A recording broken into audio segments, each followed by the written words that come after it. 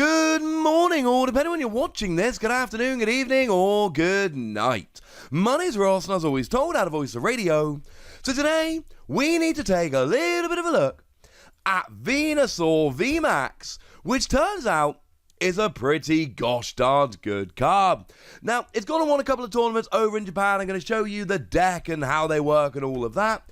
It's a fairly obvious point to make at this stage that yes, these were smaller tournaments because we're in the middle of a global pandemic and larger tournaments are being cancelled.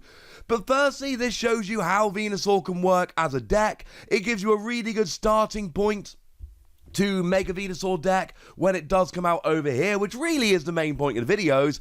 And of course, winning a smaller tournament does, or even a few smaller tournaments as Venusaur has, doesn't necessarily mean it's a phenomenal deck, but it also doesn't necessarily mean it's not. They might have been smaller tournaments, but it still won them. So starting off, having a little bit of a look at Venusaur V then, it's largely uninspiring. 2 energy, 50 damage, heal 30, and then 3 energy, 190, and you deal 30 damage to yourself. It is not the reason that we are playing this particular deck. Now, when I showed you that new Venusaur a little while ago, I told you that I much preferred the Venusaur that we already have in Champion's Path. And we actually see that of the two lists here, one is playing the one I just showed you, but one is playing the one from Champion's Path. 3 energy, 80 damage plus sleep and poison. 4 energy, 220, but you can't use it next turn. Each of the attacks is 1 energy more expensive, but I do believe that both the attacks are better, and it is absolutely worth it. If you ask me, I'm going Champion's Path Venusaur. Now moving over into the VMAX, because that's really what we're looking to do here. For 2 colourless energy, you do 30 damage for each grass energy attached to all of your Pokemon. Yeah, that one's kind of cool. Because what you basically do is you just pile energy on all of your Pokemon and smash with Venusaur. And then, of course, if Venusaur does go down, you don't lose all the energy. You just lose the probably 2 that's on it. And you just keep rolling. For 4 energy, you can do 120 and heal 30. That's not bad. It's alright. But it's not really what we're going for here. The main bent of this deck is I'm going to attach lots of energy and I'm going to run through for the game. Bit of healing though if you can get a KO. I mean, the general rule is if you've got enough energy and you can get a KO with a second attack, you probably should because you're healing that 30 damage. Now, in terms of other Pokemon we're using here, one of them really should not be a surprise, even a little bit, because what we've got here is Rillaboom. And every turn, Rillaboom lets you search your deck for 2 grass energy and attach them to one of your Pokemon.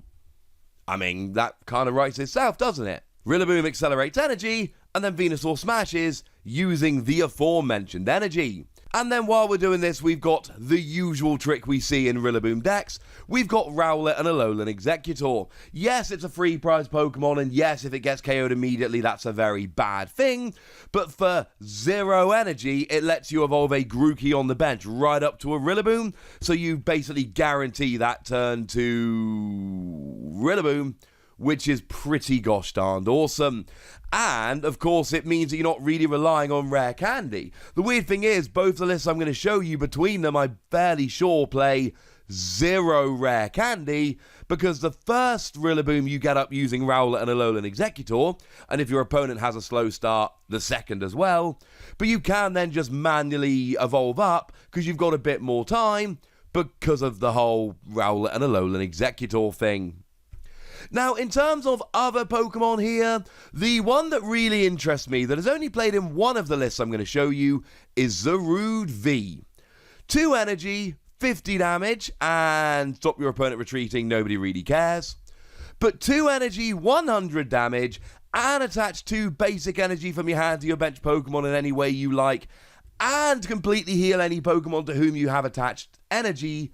That I am all in favour of. That is absolutely beautiful. Bearing in mind, your Venusaur VMAX is coming in with a whopping 330 HP, 10 away from the record. So if your opponent doesn't one-hit KO you, you can switch to Zarude, do some damage, while you completely heal and accelerate energy. That sounds pretty gosh darn good to me. Another we do see as a one-off in that Zarude list is actually Shaman, which is really kind of cool. This is the Shaman that came around in Lost Thunder, and it means it's rotated out, which is a little bit sad. Let you heal 20 damage from your active grass Pokemon. It's not the end of the world, but it is a little sad. We've lost it. Speaking of which, the other list does play Mareep to get yourself a little bit of cheeky sleep going along with it. It's really not the end of the world here. Outside of that, we've got Dedenne, discard your hand, draw 6 cards, good for draw. Crobat, draw until you've got 6 cards in your hand, good for draw. And Eldegoss, which lets you get a supporter card from your discard pile and put it into your hand. Pretty good for draw, but also any of your supporters here. We do see one list playing a one-of Marshadow. That's the one that will remove a stadium from play, which is alright, but it's not the most important card in the deck. Generally speaking, the important cards are your Venusaur VMAX, your Rillaboom, and your Rowlet and Alolan Executor. They're pretty important. Now, in terms of energy, obviously grass energy becomes by far the most important here, but we do also see a little bit of capture energy, which will get your basics out. This can be really big, because capture energy will get your basic Grookey, and then Rowlet and Alolan Executor will evolve it up. And we do see a weakness guard energy, because Fire decks see a bunch of play. They're around right now, and you're weak and you give up free prizes, so, you know, probably something that you should be considering. Now, moving over into trainers, as usual when we're looking at multiple lists, we're not going to worry too much about going through every single card, but I do want to point out some of the more interesting ones. Obviously, we've got cards like Marnie and Boss's Orders, which are going to be played in like every deck. Marnie gives both players a new hand, but you get more than your opponent, so it's good for disruption. And Boss's Orders grabs a Pokemon off the bench. That's pretty good. We don't really see much Professor's Research here, because you're playing a Stage 2 and you don't want to be losing those parts, so we are a bit more into Shuffle Draw here, which I do find kind of important. Our stadium of choice is going to be Turf Field mostly here. That lets you search for an evolved grass Pokemon, and that does include Venusaur VMAX. But if you're playing the Mareep version, which again would have to be an expanded, obviously you want Slumbering Forest to try and keep your opponent asleep. Do remember though that the Venusaur that came around in Champion's Path will do Poison and Sleep.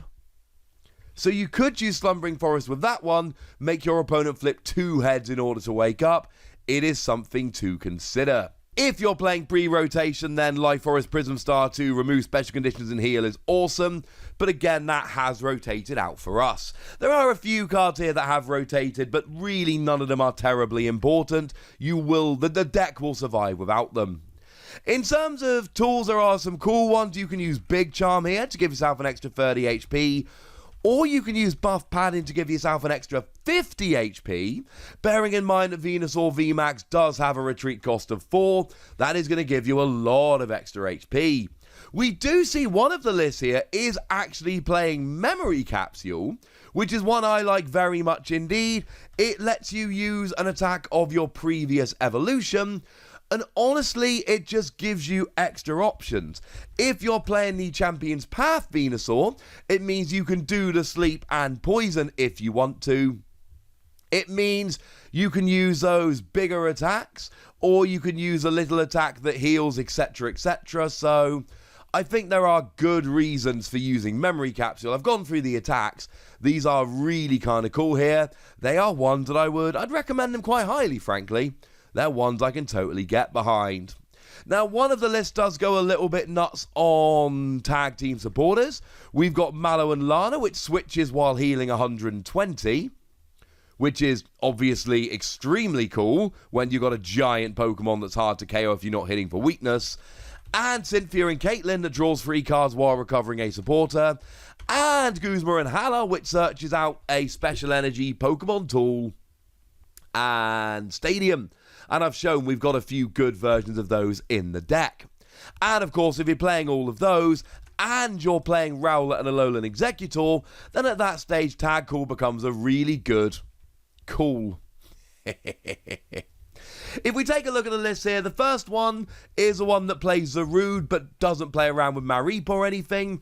In terms of losing to the rotation, you're losing Netball and Life Forest Prism Star, and that one of Shaman. You'll survive without them. It really is just piling energy on with Rillaboom and then smashing. And lots of tag team supporters apparently, plus buff padding, which I really like. Moving over into the other list, this one is a little bit more hurt by rotation because you're losing Mareep, because you're losing Slumbering Forest. But outside of that, it really is just Netball. And honestly, there are other Pokemon you can use for sleep. Amoonguss springs to mind, so you know what? This can still work. I do think Venusaur is a viable deck in our format. And yeah, I know the tournaments it won were smaller tournaments, but it still won them. And it won more than one. And just because they're smaller doesn't mean it ain't a good deck. So that's what I think about Venusaur, and I think it is absolutely worth a little bit of a play. But I'd like to know what you think. So let me know in the comment section, would ya? Go nuts, be nice. And then make sure you like this video, subscribe to this channel, follow me on Twitter at TheWassy, and Twitch for some live action at twitch.tv/PTCG Radio. If you want to support the channel, get some bonus podcasts and all that good stuff, head on over to patreon.com/PTCG Radio, where you can do exactly that. But by far the most important thing as always, look after yourselves till next time, would ya? Thank you very much for watching. My name's Ross, and you've been watching PTCG Radio.